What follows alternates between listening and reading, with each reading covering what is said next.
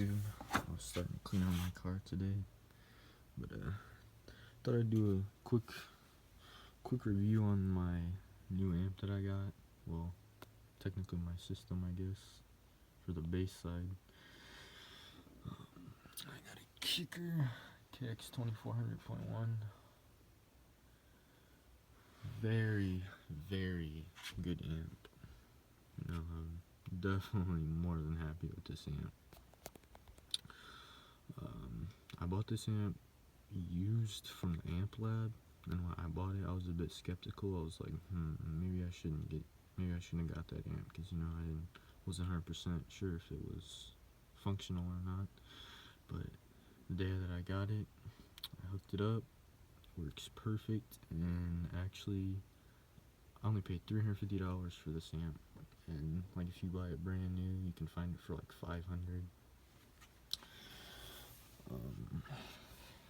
But yeah, very awesome amp, dude. I'm telling you, you guys want some clean sounding bass and still want, you know, a decent amount of power, get these amps, man.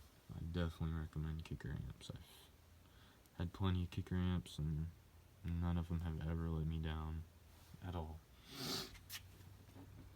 It's relatively small compared to the ZX2500. It's only like 16 inches that way and about 9 that way.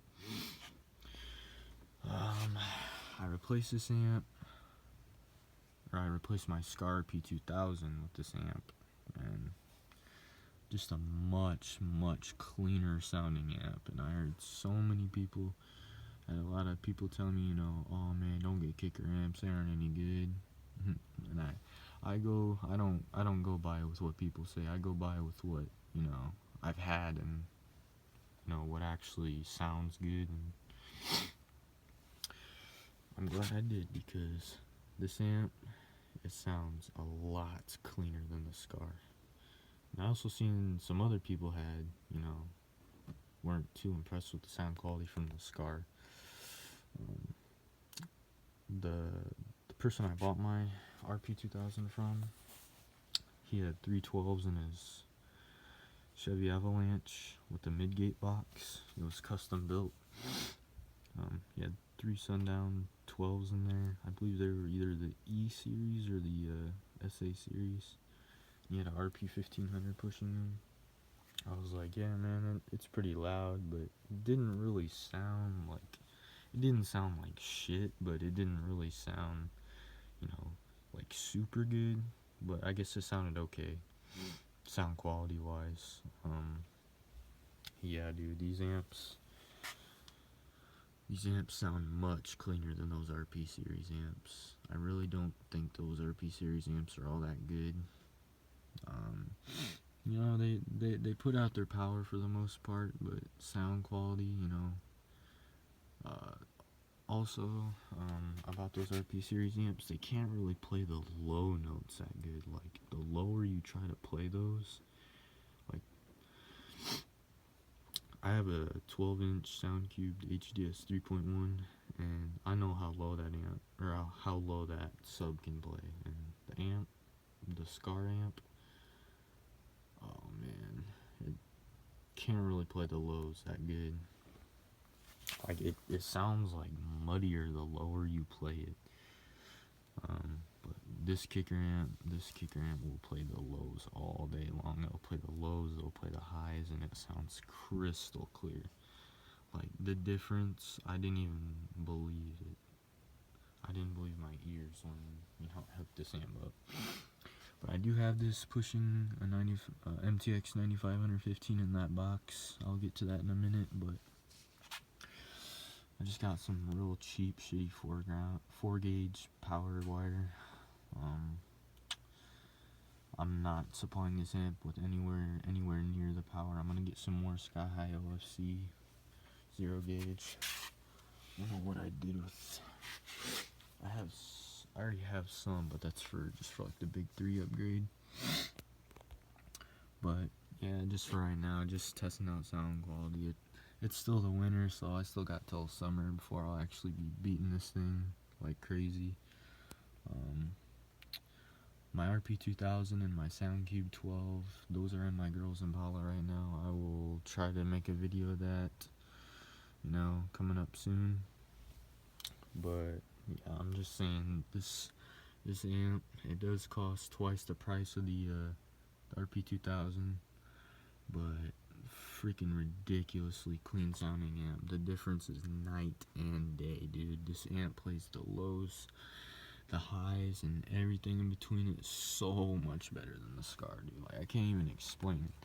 Anybody who says kicker amps are junk,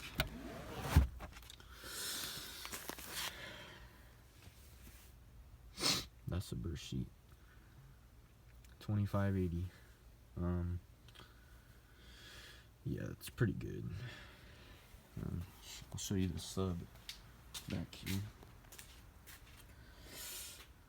It's a custom box I made. I'm only 18, so I don't have access to a ton of tools like a lot of people do, like a router, or like hell, even some people have CNC machines where they can just push freaking button on the computer and boom, there's a box. But I just have a circular saw, a jigsaw, and a sander. That's all I made to use this. And I'm only 18, so I don't have a ton of experience, you know, like building shit. But this is probably the 6th or 7th box I've ever made. But it is nice and flush. All the edges are nice and flush.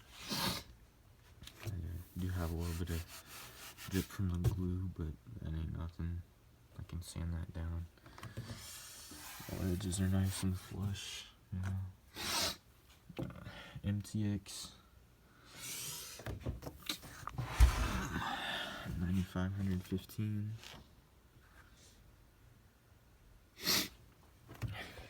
Very, very, very clean sounding sub.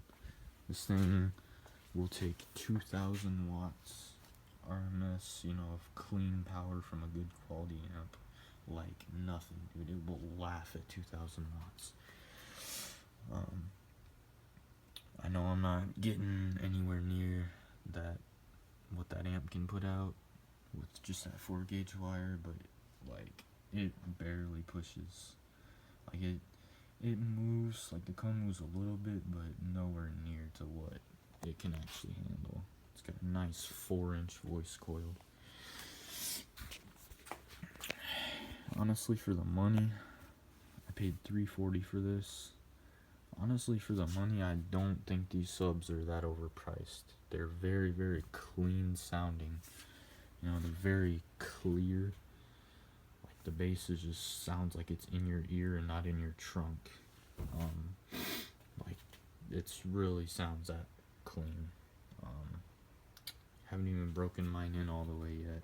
So this box is 2.5 cubes before sub displacement, tuned to 32 hertz. I had this box, I built this box custom for my 2000 Honda Civic, and yeah, that was probably the tightest fit I've ever had to deal with, because the distance from here to here in the trunk is a lot less.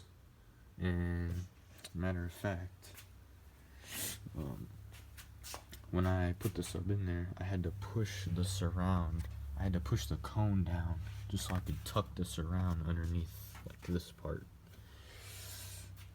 just to get it in there. And I did scratch it a little bit, but it's nothing.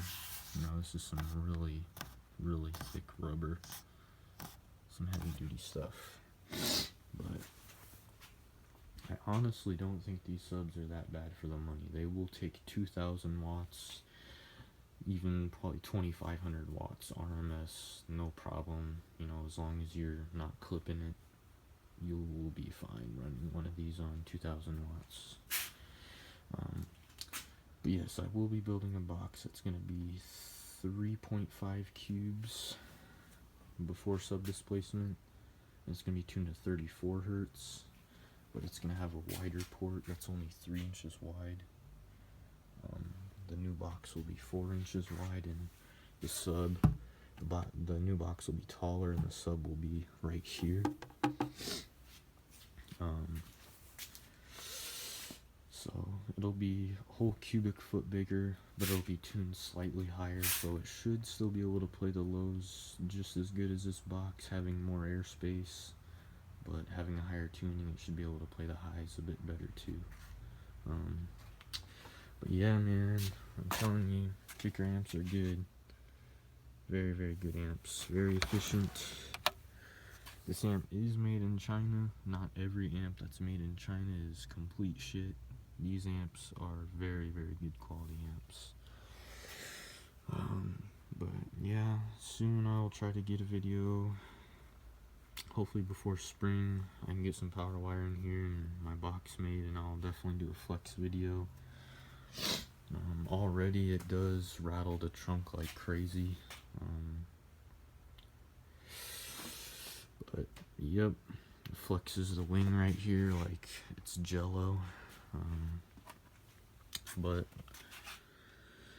yeah, man, it's just my review of this kicker amp. I'm telling you, these are very, very good quality amps. They aren't even that bad for the money either, and so are these MTX subs. These aren't, you know, I know so many people that say, oh man, you gotta get Sundown, you gotta get DC audio. Not even gonna lie, these subs sound cleaner, and the bass just sounds so much clearer than, you know, a lot of those subs that I've heard, you know. But yeah, this amp sounds much cleaner than my Skar, definitely. Yeah, I'll try to shoot a flex video soon. I'll talk to you guys later.